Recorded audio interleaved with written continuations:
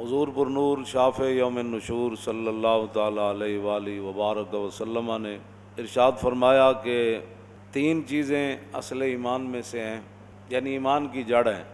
پہلی بات تو یہ ہے کہ حضور نے فرمایا کہ جتنا بھی کوئی گناہگار ہو، یہ لفظ اپنے ذہن میں رکھنا ہے، گناہگار ہو، سیاہ کار ہو، جتنا مرضی، حضور نے فرمایا کہ ہم اس کے گناہ کی وجہ سے اسے اسلام سے نہیں نکالیں گے۔ گناہ، باقی تو حضور کے بال مبارک کو کوئی بالڑی کہہ دے تو وہ بھی کافر ہو جاتا ہے۔ گناہ کی میں بات کر رہا ہوں۔ زندہ دار کور کرنے والے لوگ اپنی بچیوں کو، بڑے بڑے جرائم کرنے والے، ان کو بھی معافی مل گئی۔ حضور نے فرمایا کہ یہ حق کسی کو نہیں بنتا کہ کوئی مسلمان گناہ کرے تو اس گناہ کی وجہ سے کوئی اس کو کافر کہہ دے، گناہ کی وجہ سے۔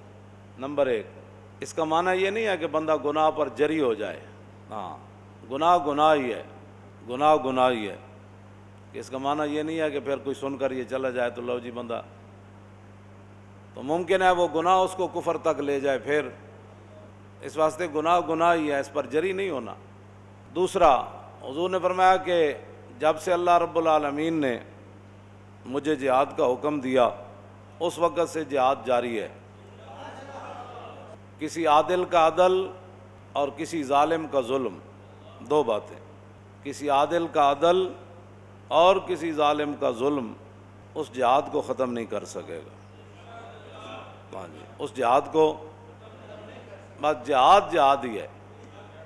حضور نے فرمایا یہ جاری رہے گا اور یہاں تک کہ میرا آخری امتی دجال سے جہاد کرے گا، یہ جاری اور ساری ہے۔ اس کو کسی عادل کا عدل، کسی ظالم کا ظلم ختم نہیں کر سکے گا، یہ جاری اور ساری رہے گا۔ اور تیسری بات، والایمان بالاقدار، فرمایا تیسری بات جو ایمان کی جڑ ہے وہ یہ ہے کہ تقدیر پر ایمان رکھنا ہے۔ بس جو تقدیر ہے اس سے بندہ دائیں بائیں نہیں ہو سکتا، مگر کرنے سے بندہ تباہ اور برباد ہو جاتا ہے۔ بس یا اللہ جس کے بارے میں تو فیصلہ فرما دے اسے کوئی ٹال نہیں سکتا، اور جسے تو بچا لے اسے کوئی پھنسا نہیں سکتا۔ بس یہ 3 چیزیں اصل ایمان میں سے ہیں، یہ اس سے دائیں بائیں فرار نہیں ہے۔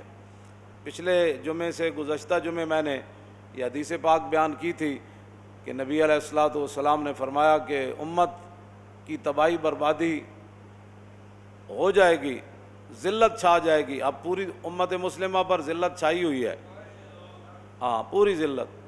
اس کی وجہ کیا ہوگی کہ اذا تبایعتم بالعینۃ واخذتم اذناب البقر وردیتم بالزرع وترکتم الجہاد، کہ تم ناجائز طریقے سے اپنے کاروبار کرو گے اور تم کھیتی باڑی کے اندر راضی ہو جاؤ گے اپنے کاروبار کے اندر، اور تم بیلوں کی دمیں پکڑ کر، اب اس سے مراد یہ مشینیں بھی ہو سکتی ہیں، بہنا دیا دمہ پکڑ کے تسی اپنے کاروبار کرنے، یہ مراد بیل ہی تو نہیں، ہر دور میں اس کے اپنے تقاضے ہیں، ٹریکٹراں اتنے چڑھ کے تساں ہل وانے، یہ سارا جتنا بھی قیامت تک وہ ترقی یافتہ جو بھی لوگ آدمی کہیں، فرمایا کہ تم کاروبار میں مست ہو جاؤ گے اور جہاد کو تم چھوڑ دو گے۔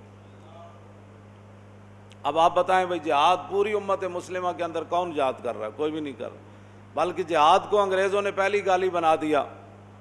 پہلے ضیاء الحق کے دور میں افغانستان سے مجاہد جو ہے وہ لائے گئے، ان کو امریکہ تک سیر کرائی گئی، پھر امریکہ کے ان کو مال دیا گیا، پھر وہ روس کے خلاف لڑے تو بڑے بڑے مجاہد، بڑے بڑے ان کو القابات دیے گئے کہ یہ تو جی اسلام کے بڑے ہیرو ہیں، انہوں نے بڑا کام کیا، بڑا یہ کیا، روس کو توڑ دیا۔ جب روس ختم ہو گیا، امریکہ کی باری آئی تو امریکہ نے پھر ان کو دہشت گرد قرار دے دیا، اور ابھی تک امریکہ جو ہے وہ ان کے خلاف لڑ رہا ہے، کبھی ان سے مذاکرات کرتا ہے، کبھی کہتا ہے نہیں، کبھی کہتا ہے میں یہ کر دوں گا۔ ٹرمپ کہتا ہے اب میں ایسی سزا دوں گا جو ہمارے خلاف ہے، بولے گا ہم اس کو عبرت کا نشان بنا دیں گے۔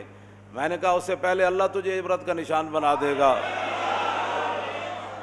ہاں جی، تو نے کسی کو کیا عبرت کا نشان بنانا ہے؟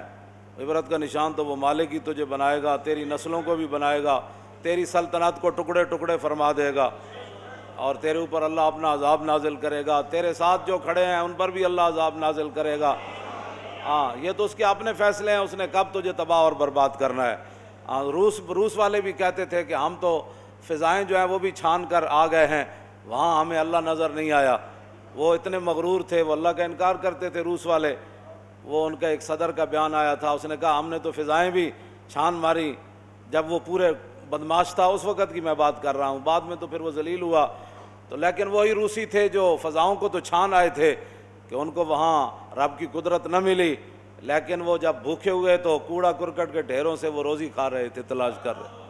ہاں وہ رب ہے، اس نے کب کسی کو ذلیل فرمانا ہے یہ تو اس کی اپنی شان ہے، لیکن امتحان تو مسلمانوں کا ہے کہ انہوں نے، یہ حضور نے فرمایا وَتَرَكْتُمُ الْجِهَادَ، کاروبار کے اندر مست، ناجائز کاروبار۔ آپ جانتے ہیں ناجائز کاروبار کیا ہے، ساری دنیا کو پتہ ہے ناجائز کاروبار کون کرتا ہے، ساری دنیا کو پتہ ہے وہ پیسے لوگ کیسے کماتے ہیں، کس انداز سے کماتے ہیں، نمبر 2 مال کیسے بیچتے ہیں اور لوگوں کو دھوکہ کیسے دیتے ہیں، ایک مال کا وعدہ کر کے 2 نمبر مال، ملاوٹ، یہ ساری چیزیں مسلمانوں کو پتہ ہے، سارا کچھ کر رہے ہیں۔ حضور نے فرمایا یہ تم کام جاری رکھو گے لیکن جہاد بھی تم چھوڑ دو گے، پھر کیا ہوگا؟ سلط اللہ علیکم ذلًا، پھر اللہ تمہارے اوپر ذلت مسلط فرما دے گا۔ پاکستان سے لے کر سعودی عرب سے لے کر ملیشیا سے لے کر انڈونیشیا سے لے کر اور چیچنیا سے لے کر بوسنیا سے لے کر فلسطین سے لے کر کشمیر تک، کشمیر سے افغانستان تک، پورے عالم اسلام میں ذلت چھائی ہوئی ہے۔ اللہ تعالیٰ نے آگے خود کیا فرمایا؟